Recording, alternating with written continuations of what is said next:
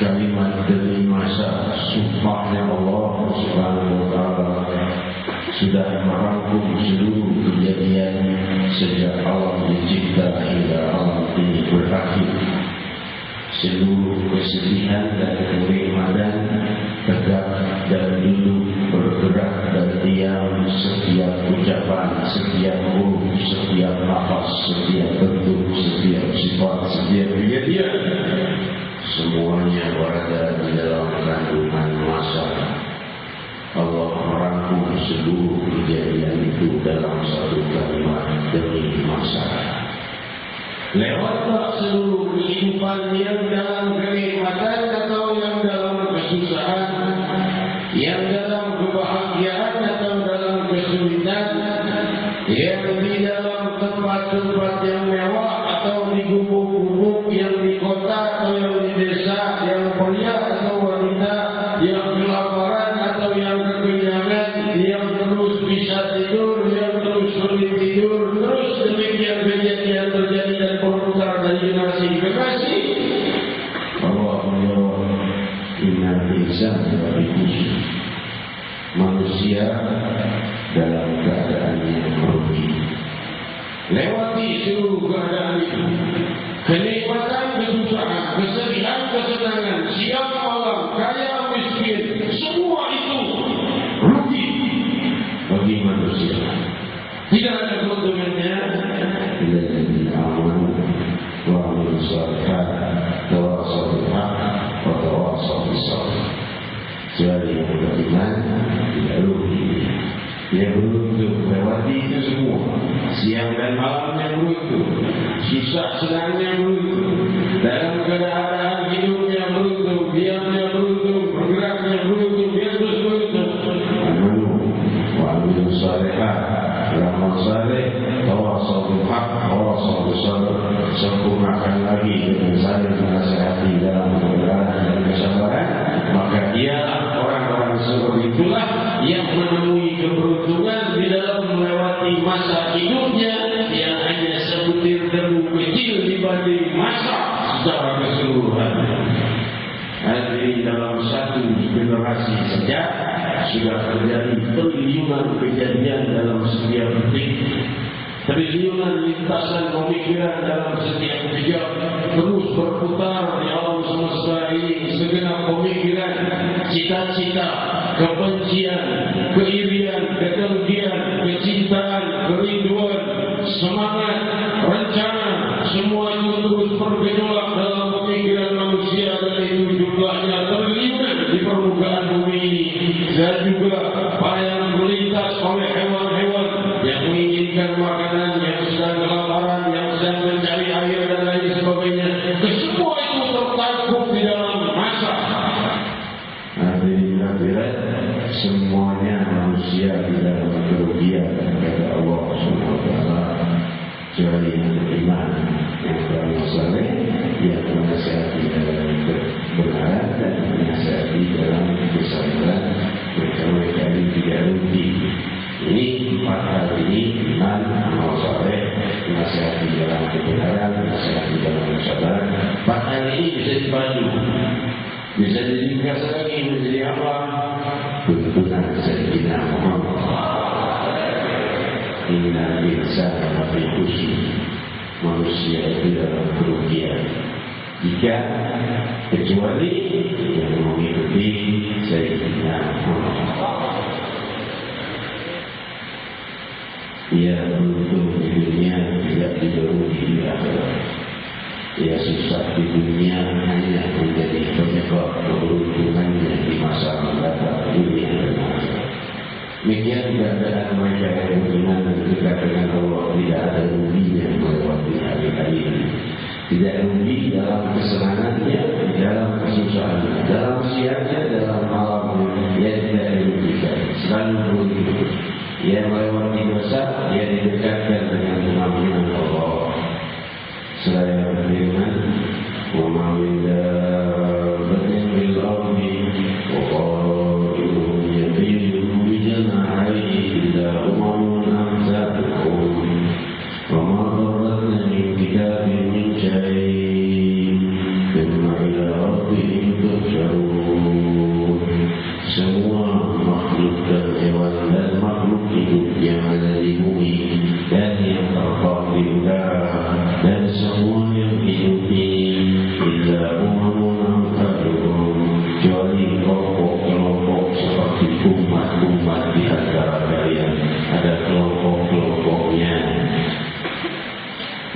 فرطنا من كتاب من شيء tidak kami sisakan dan kami hapuskan dan kami sia-siakan daripada ketentuan mereka sesuatu pun kecuali semua itu nanti kepada Rabbihim tuhsyarun. Lalu mereka akan dikirim untuk berkumpul ke hadapan pemilik mereka kelak yang memberi mereka kehidupan. Burung itu rezekinya, burung itu takdirnya, demikian pula hewan, lalat, nyamuk sampai virus dan sel terkecil. Apakah menjalankan tugas yang diperintahkan Allah? Hadirat bunga diberi tugas oleh Allah, pohon diberi tugas, tanah diberi tugas, matahari diberi tugas, bulan diberi tugas, semua makhluk ciptaan Allah diberi tugas, manusia diberi tugas. Apa tugasmu dari kalian? Tugasmu dari kalian banyak, ringkasnya mengikuti Sayyidina Muhammad.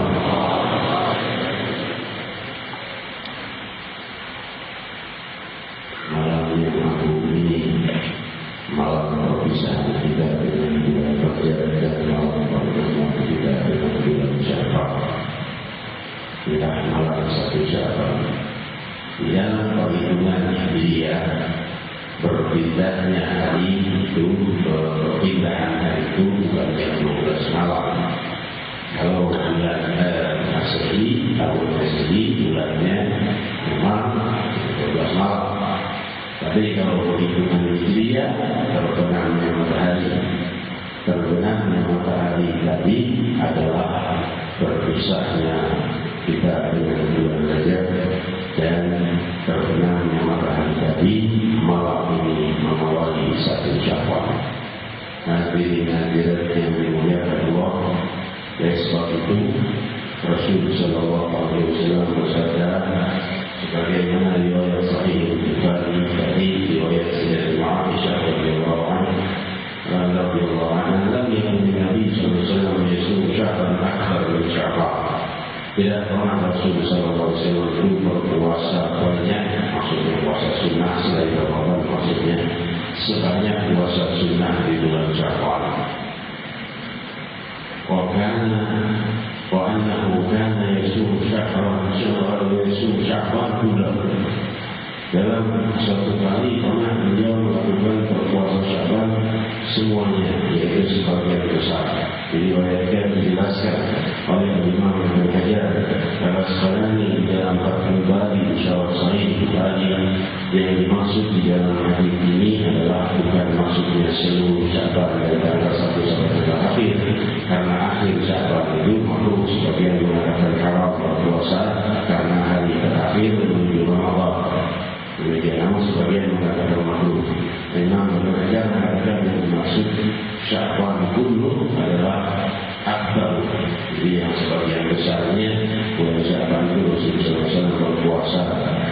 Maka Imam Ibnu Hajar juga menjawab tentang kenapa Rasul berpuasa di bulan Sya'ban sangat banyak, padahal beliau mensunnahkan ibadah sunnah.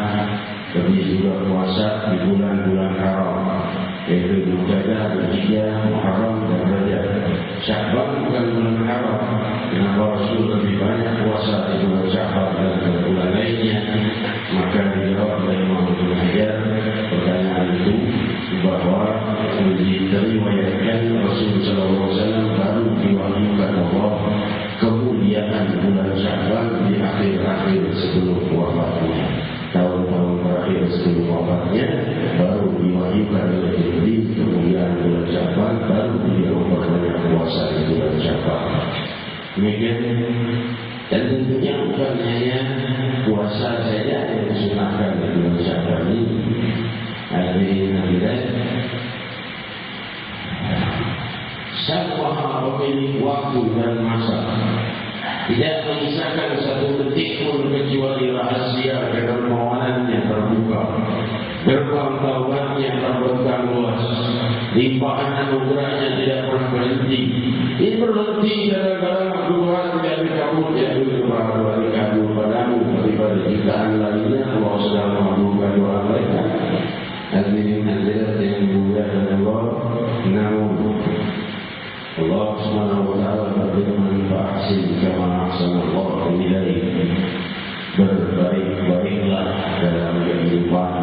sebagaimana Allah berbaik-baik padamu. Allah berbuat yang terbaik untuk kita, maka perbuatlah yang terbaik untuk Allah Subhanahu wa ta'ala. Allah akan berikan lagi yang lebih baik lagi dari kita dan membenahi keadaan kita. Saya beriman walladzina amanu wa 'amilus shalihati wa amanu bima nuzila 'ala Muhammadin wa huwal haqqu min rabbihim kaffara 'anhum sayyi'atihim wa aslaha balahum. Sungguh orang-orang yang beriman beramal saleh dan juga beriman pada apa yang diturunkan kepada Muhammad sallallahu alaihi wasallam wal haqqu min rabbihim, dan beliau itu kebenaran, membawa kebenaran dari Tuhan mereka yaitu Rasulullah sallallahu alaihi wasallam. Kaffara anhum sayyi'atihim, Allah hapuskan segala kesalahan mereka yang mau mengikuti sang Nabi sallallahu alaihi wasallam. Allah hapuskan kesalahan mereka. Wa aslaha balahum, Allah perbaiki keadaan mereka. Alhamdulillah, makin kita mendekat kepada Allah, makin Allah perbaiki keadaan kita. Alhamdulillah, dimuliakan Allah. Bulan Sya'ban juga sebagaimana hadis yang tadi kita dengar bahwa Rasulullah SAW paling banyak puasa di bulan Sya'ban, dan juga Rasulullah SAW berpuasa hampir sebulan tahun berpuasa. Dan hadis selanjutnya adalah Sayyidina Sya'ban bahwa kami dahulu sallallahu alaihi wasallam khudul a'mal bima tuhibbun inna Allah la yamallu hatta tamallu. Berbuatlah amal itu semampumu, jangan melebihi kemampuan, kata Rasulullah SAW. Sungguh Allah tidak akan pernah bosan kalian yang akan mempunyai sifat bosan. Manusia punya sifat bosan, Allah tidak bosan. Maka untuk tidak amal libur, maka ambillah dari amal ibadah itu semampu kalian, jangan paksakan lebih daripada kemampuan kita. Inna Allah la yamallu hatta tamallu, Allah tidak akan ada bosannya, Allah akan terus gembira dengan ibadahmu. Tapi kalian sendiri nanti yang akhirnya kelelahan sendiri, akhirnya bosan untuk memperbanyak ibadah. Maka lebih baik kita menjaga ibadah untuk hanya sekedar kemampuan kita saja, karena kalau dipaksakan nanti akhirnya kelelahan sendiri dan meninggalkan ibadah itu. Saudara-saudariku yang memuliakan, hadis ini juga membuka rahasia keluhuran bahwa Allah Subhanahu wa ta'ala menyambut amal-amal hamba-Nya sekadar kemampuannya. Tidak ada perhitungan umum, tapi perhitungan pribadi di mata Allah Subhanahu wa ta'ala. Semampunya hamba-Nya itulah yang akan membuat pertanyaan dari Allah. Kalau hamba-Nya sudah mampu dan tidak melakukan, itu yang akan dipertanggungjawabkan dan akan melewati barangkali kesusahan atau siksa di dunia, musibah atau di sakratul maut atau di kubur atau di neraka, karena mampu dan tidak mau. Beda dengan yang tidak mampu, tidak akan pernah dibebani, dan Allah tidak maksa Allah nafsan illa wus'aha. Allah tidak memaksakan manusia kecuali kemampuannya. Dan Sang Maha Baik dan Maha Lembut selalu menyeru kita kepada keluhuran. Bukankah Allah Subhanahu wa ta'ala telah berfirman di dalam hadis qudsi kepada Nabi Allah Daud alaihissalam, Ya Daud, law ya'lamuna al-mubtiluna 'anni syauqi bi'awdatihim wa mahabbati bitawbatihim wa rabbati bi'inabatihim laqalu syauqan ilayya. Ya Daud, hadha lil-mubtilina 'anni fakaifa lil-mubtilina 'alayya. Wahai Daud, kalau seandainya orang-orang yang berpaling dariku itu menghindari kemuliaan dan selalu berbuat kehinaan, kalau mereka tahu betapa rindunya aku kepada kembalinya mereka kepadaku, syauqi bi'audatihim, kalau mereka tahu getaran dahsyatnya rinduku pada mereka jika mereka mau kembali, wa mahabbati bitaubatihim, betapa cintanya aku pada mereka atas taubat mereka. Kalau mereka tahu betapa besar dan bagaimana dahsyatnya sikapku pada hamba-Ku jika dia ingin bertaubat. Dan besarnya semangatku menyambut hamba-hamba-Ku yang ingin banyak beribadah.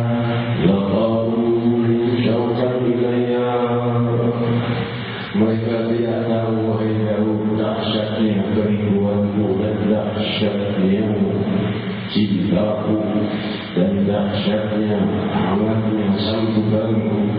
Jika mereka tahu laqalu syauqan ilayya, mereka akan bisa meninggalkan dirinya untuk terbang ke hadapanku karena rindu ingin berjumpa denganku. Laqalu syauqan ilayya, mereka tidak akan menguasai jasadnya untuk segera sampai ke hadapanku karena rindu kepadaku. Ya Daud, hada lil-mu'minin 'alim, fakaifa lil-mu'minin 'alim. Wahai Daud, itulah cintaku, rinduku dan sambutan hangatku pada para pendosa dan mereka yang berpaling jika mau bertobat. Maka bagaimana cintaku pada hamba-hamba-Ku yang lain? Hadirin hadirat yang dimuliakan Allah, demikian rindunya Allah bagi mereka yang mau memahami perasaan Allah dan cintanya yang memanggil kita untuk bertaubat, dan rindunya memanggil kita untuk kembali pada keridhaannya, dan semangat kehangatan sambutannya memanggil kita untuk siap melimpahi anugerah jika kita ingin memperbanyak ibadah.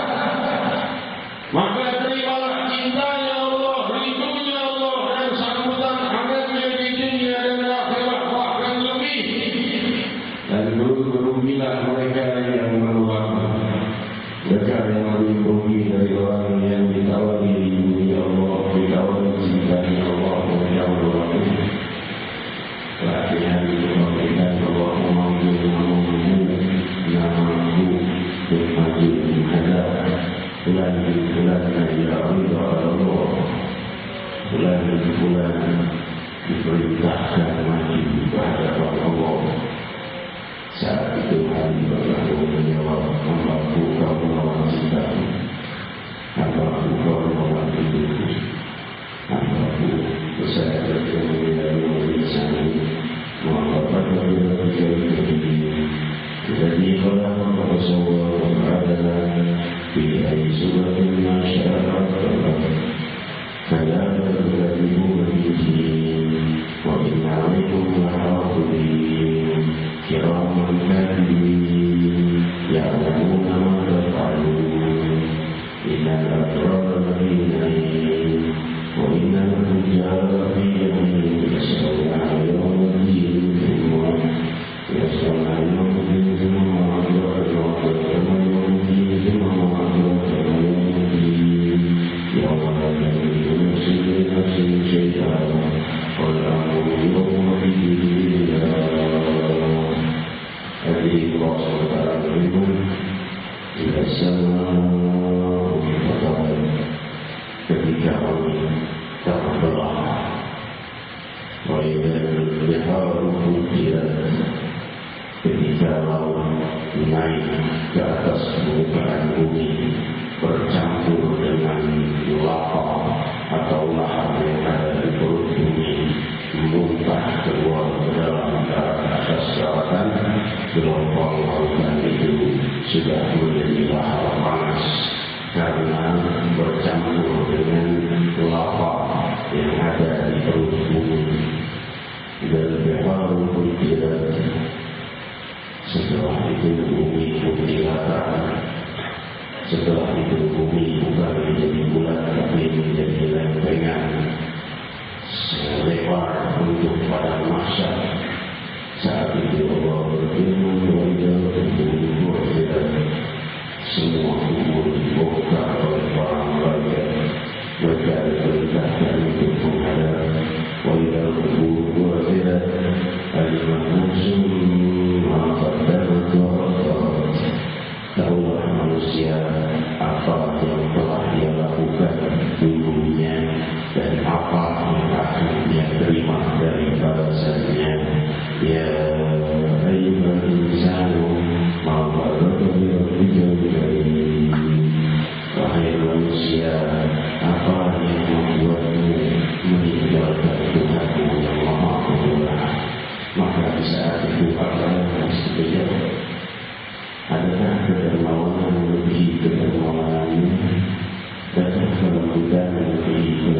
kemudiannya, adakah dunia dan akhirat ini tidak cukup bagi kita untuk didapatkan kebahagiaan yang kekal? Allah Subhanahu wa Ta'ala telah menjadikan kebahagiaan yang kekal, tidak ada fitnah, tidak ada masalah, tidak ada musibah, tidak ada penyakit, tidak ada apapun yang membuat kita sedih, yang ada kebahagiaan yang kekal. Apa yang kurang pada dirimu, kata Allah Subhanahu wa Ta'ala. Dari insan orang berbiological jadi, apa yang membuatmu tertipu hingga meninggalkan Tuhanmu yang Maha Murah, Alladzi khalaqaka, yang menciptamu dari tiada, Alladzi khalaqaka fasawwaka fa'adalaka, dan mencipta postur tubuhmu sebagaimana yang terjadi pada dirimu.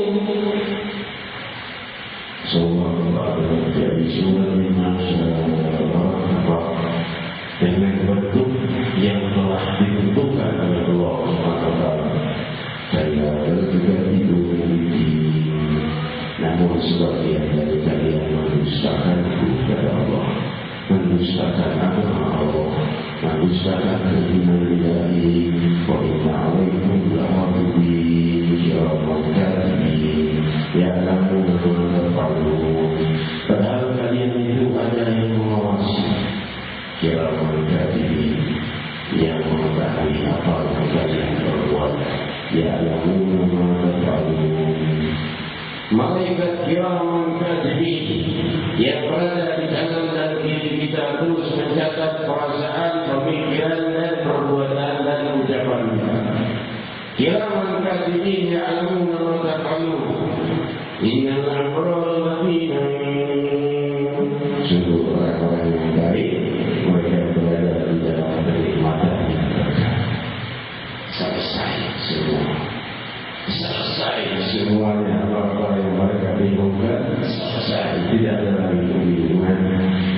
Innal abrara lafi na'im wa innal fujjara lafi jahim.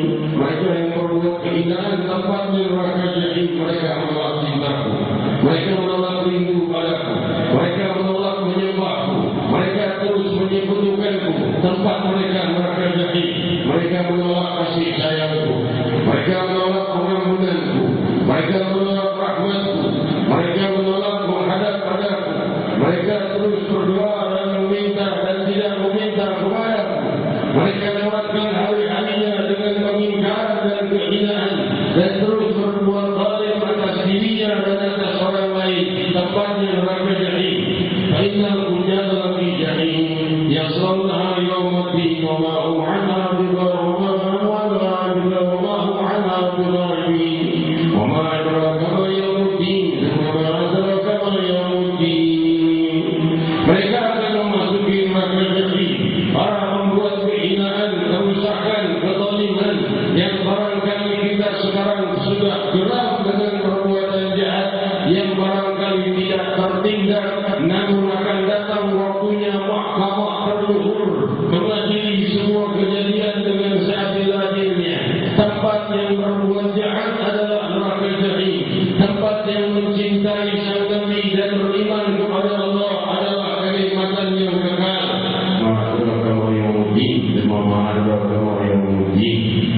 Tahukah kalian hari kebangkitan itu, dan tahukah kalian hari kebangkitan itu? Maka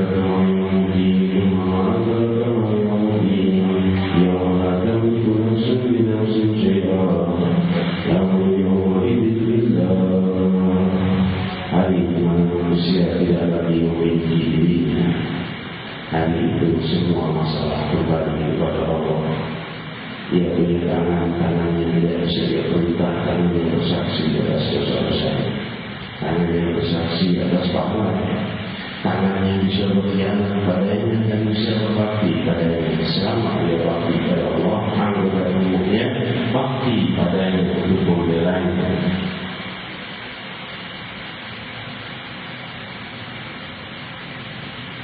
Jika salah seorang hamba ditinggal dalam tinggalan aman, lalu dia diperintahkan untuk masuk ke dalam neraka karena sudah kehabisan amal, dosanya lebih banyak dari pahala.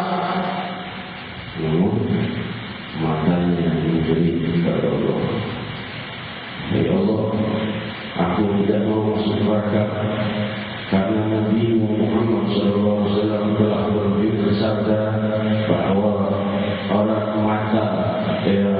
yang mengenal mata yang mengalirkan air mata karena saat berzikir memanggil namamu maka tidak akan disiksa oleh Allah Subhanahu wa taala. Maka aku tidak mau masuk neraka, biarkan tubuh yang lain masuk neraka.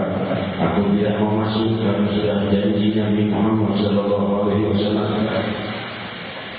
Maka Allah Subhanahu wa taala memerintahkan hamba itu keluar dari neraka. Maka berkatalah Jibril alaihi salatu wassalam, hamba Allah umat Muhammad SAW, salah seorang dari umat Muhammad mendapat syafaat dari sebab air matanya.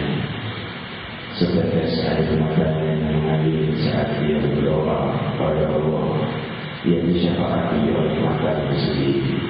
Hadis Hadrat sabda Rasulullah Sahih Bukhari, salah satu dari kelompok yang dinaungi Allah, Rasulullah Zakarullah Waqadurayna, orang yang mengingat Allah saat dia ingat Allah, saat dia berlalu tafakur mengingat Allah, rindu dia kepada Allah, cinta dan haru dia kepada Allah, Waqadurayna, mengalirnya tetesan air mata. Para salafus saleh kalau mereka berdoa lalu menangis, mereka mengusapkan air mata ke seluruh tubuhnya, seluruh wajahnya untuk mengambil kemuliaan dan keberkahan dari air mata khusyuk. Kemudian hadirin yang memuliakan Allah, Allah Subhanahu wa taala yang memandu bulan ini, bulan Sya'ban, terdapat banyak doa-doa terjadi di bulan ini. Di antaranya berpindahnya kiblat dari Masjidil Aqsa ke Masjidil Haram dengan doa dan keinginan Nabi Muhammad SAW. Allah Subhanahu wa taala berfirman dalam surah Al-Baqarah dijelaskan, "Qad jika bersama فَلَنُوَلِّيَنَّكَ قِبْلَةً تَرْضَاهَا وَوَلِّ وَجْهَكَ شَطْرَ الْمَسْجِدِ الْحَرَامِ." Kami kata Allah, aku melihat kau sudah ingin wajahmu terlihat menoleh-noleh ke langit menanti perintah. Maksudnya apa? Berharap agar kiblat dipindahkan. Kenapa kiblat ke Palestina? Karena saat itu Allah Subhanahu wa taala memerintahkan Nabi sallallahu alaihi wasallam berkiblat ke Palestina agar orang-orang Yahudi masuk Islam. Orang Yahudi masuk Islam karena masa kiblatnya sama dengan Muslim. Namun ketika Rasul memindahkan kiblatnya ke Ka'bah, maka banyak orang-orang Yahudi yang protes hingga mereka mundur dari masuk Islam. Hadirin hadirat yang dimuliakan Allah, maka saat itu antara qalbu wajhika bersama, aku melihat kau kata Allah SWT, kau sudah kembali menoleh menanti keputusan turunnya ayat untuk diizinkan pindah kiblat, karena kiblat hanya arah saja. Ka'bah itu adalah Allah, hanya arah untuk mengarahkan jasad kita ke satu arah di seluruh dunia ini dalam melakukan sholat kita. Hanya dibutuhkan arah saja. Al-Aqsa mau kemana. Cuma Rasul SAW ingin berubah ke Masjidil Haram.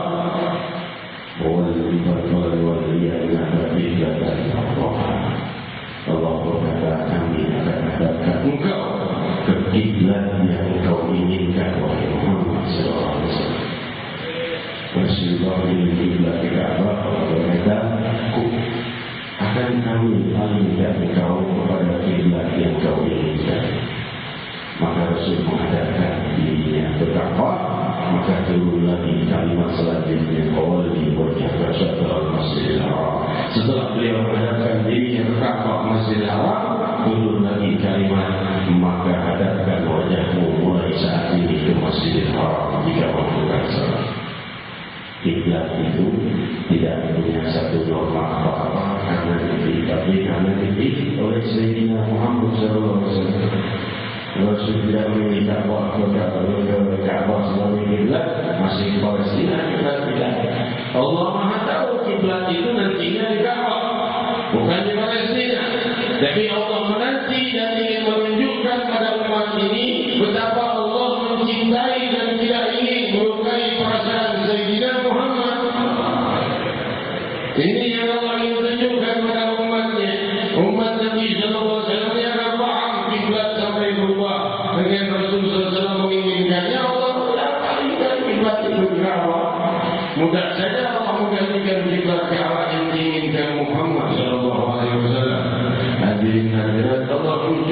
di dalam Al-Quran terjadi. Itu terjadi di bulan Syawal. Demikian kejadian itu diriwayatkan di dalam Fathul Bari, Syarah Sahih Bukhari oleh Hujjatul Islam Imam Ibnu Hajar Al-Asqalani dan juga lainnya, bahwa kejadian itu terjadi di bulan Syawal. Dan pada bulan Syawal bukan hanya itu, Ghazwah Bani Mustalik, peperangan Bani Mustalik terjadi di bulan Syawal. Dan juga Ghazwah Tabuk, perang Tabuk terjadi di bulan Syawal. Dan juga di bulan Syawal adalah kelahiran Sayyidina Husain bin Ali bin Abi Thalib radhiyallahu anhu. Sayyidina Husain bin Ali bin Abi Thalib lahir di bulan Syawal. Di dalam Fathul Bari, di Syarah Sahih Bukhari oleh Hujjatul Islam Imam Ibnu Hajar Al-Asqalani, bahwa kelahiran Sayyidina Husain itu di bulan Syawal tahun keempat Hijriah. Dan wafat pada tahun 51 atau 52 Hijriah di Karbala, Baghdad, di Irak, bukan di Baghdad, di Irak, Karbala. Wafatnya di sini. Sayyidina Husain bin Ali cucunya Rasulullah Sallallahu Alaihi Wasallam. Dan yang terakhir yang saya sampaikan, di bulan Syawal ini juga turunnya firman Allah, Inna Allah wa malaikatahu yusalluna 'alan nabi. Sallallahu alaihi wasallam taslima. Para rasulullah dan para malaikat melimpahkan salawat kepada Nabi Muhammad sallallahu alaihi wasallam. Wahai orang-orang yang beriman, perbanyak salawat dan salam kepada Nabi sallallahu alaihi wasallam dengan seindah-indahnya salam. Bila kejadian yang di bulan Syawal dijelaskan oleh Hujjatul Islam bahwa dengan Imam Jalaluddin Abdul Rahman As-Suyuti di dalam kitab Syarah Asbabun Nuzulnya. Demikian hadirin-hadirat yang dimuliakan Allah, jelaslah bulan Syawal banyak sekali kemuliaan dan padanya terdapat malam nisfu Syawal, malam pertengahan Syawal yang sangat padanya mengandung kehidupan. Dan bulan Syawal ini mengingatkan kita pada bulan terakhir dan hari-hari terakhir, siang-siang terakhir, malam-malam terakhir, yaitu Ramadan Al-Mukarram, yang setiap harinya pahala dilipatkan 700 kali lipat dan lebih. Karena diriwayatkan dalam Sahih Bukhari bahwa pahala itu dilipat kalikan 10 kali dan 700 kali lipat. Demikian riwayat Sahih Muslim. Namun di dalam Sahih Muslim disebutkan 10 kali lipat, 700 kali hingga 700 kali lipat atau lebih dalam Sahih Muslim. Hujjatul Islam Imam Nawawi di dalam Syarah Nawawi atau Sahih Muslim menjelaskan kalau yang 10 kali lipat itu pada waktu biasa dan bisa bertambah di saat-saat lain. Misalnya di majelis taklim, di majelis zikir, tanah suci, di bulan suci, di hari suci, itu bisa mencapai 700 kali lipat, khususnya di bulan Ramadan. Setiap amalan dikalikan 700 kali lipat. Hadirat kita puasa sebulan sama dengan puasa 700 bulan. Berapa? 700 bulan. Karena dengan 700 kali lipat, 700 bulan itu sudah berapa lama? Bagi 12. Hadirat demikian pahalanya Ramadan secara harfiah saja. Tapi lebih dari itu, karena Allah Subhanahu wa taala menyampaikan kepada Nabi sallallahu alaihi wasallam, diriwayatkan dalam Sahih Bukhari dan kita lewati hadis nanti, bahwa bagi puasa itu Allah Subhanahu wa taala yang membalasnya langsung, bukan dengan perhitungan 10, 20, 100, 700. Allah Subhanahu wa taala yang membalas langsung. As-shaum li wa ana ajzi bih. Puasa khusus ibadah puasa itu untukku, kata Allah Subhanahu wa taala. Aku sendiri yang akan mengganjarnya. Kalau sudah Allah mengganjar, bukan urusan mungkar nakir terus 700 kali lipat. Langsung Rabbul Alamin yang memberikan lebih dan lebih dan lebih. Hadirin-hadirat yang dimuliakan Allah, saya tidak berbanyak lebar menyampaikan tausiah. Semoga Allah Subhanahu wa taala memuliakan hari-hari kita. Semoga kita masuk ke dalam satu Sya'ban dengan seindah-indah keadaan dan meninggalkan seluruh dosa-dosa kita, selesai dengan berpisahnya kita dengan bulan Rajab, hingga Rajab membawa seluruh dosa-dosa kita dari rahasia pengampunan Allah Subhanahu wa taala. Masuklah kita ke dalam Sya'ban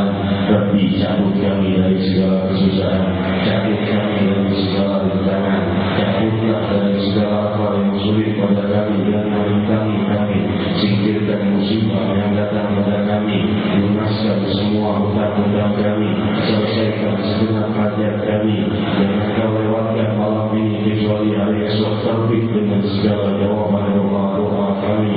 Ya Rahman ya Rahim, jangan kau terbitkan matahari esok kecuali kau jawab seluruh doa jemaah yang hadir semua.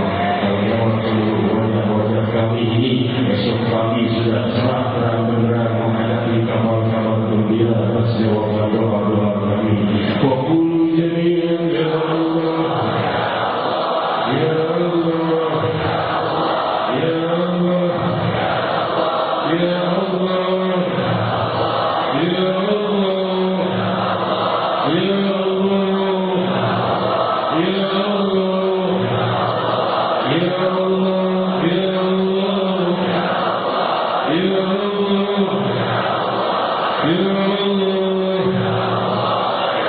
tunjukkan keagungan nama-Mu ya Allah, buktikan keagungan zikir menyebut nama-Mu ya Allah, agar kami tahu betapa agungnya keagungan nama-Mu, betapa besar anugerah yang Kau limpahkan bagi mereka yang menyebut nama-Mu ya Allah, ya Allah, ya Allah, ya Allah, ya Allah.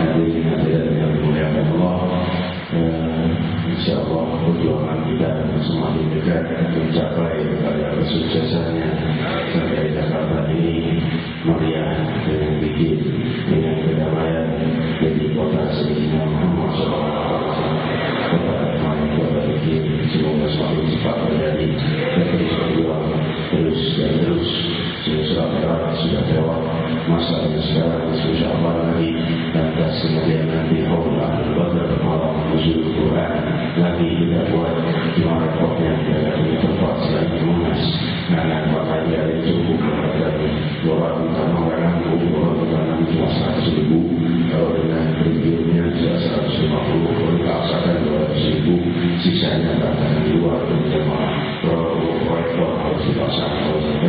dibuat orang nggak sanggup orang masa sekarang ini. Jadi yang bisa cuma seorang lantai kalau kita coba 2 tahun yang lalu itu aku kalau bisa Ancol aku mana lagi bisa ngomong saja kalau aku keluar kemana ya seperti jalan-jalan akhirnya. Tapi alhamdulillah ini semua menunjukkan semakin tidak dan semakin banyaknya orang-orang yang baik di dunia akhirat ini. Satu hal yang mau diperhatikan bagaimana dengan helmnya dan pakai kita waktu rumah saja biar ikut nanti sahabatnya yang kalau otomatiskan akan jadi saksi di hari kiamat. Nanti tidak dengan kemudahan Allah saya membawa jamaah untuk berusaha menyelamatkan diri dan menjaga rezeki yang ada untuk dimanfaatkan dalam keluar. Kalau dapat helm jangan taruh di rumah biar dinikmati sekali yang berberkah. Kalau dibuat helm semua dapat rezeki. Rezeki memberi juga kelewatan. Selanjutnya presiden oleh Habib dari Wawasan Ibrahim Haji sudah diperhormati setelah itu doa untuk Habib Saudara Rasulullah.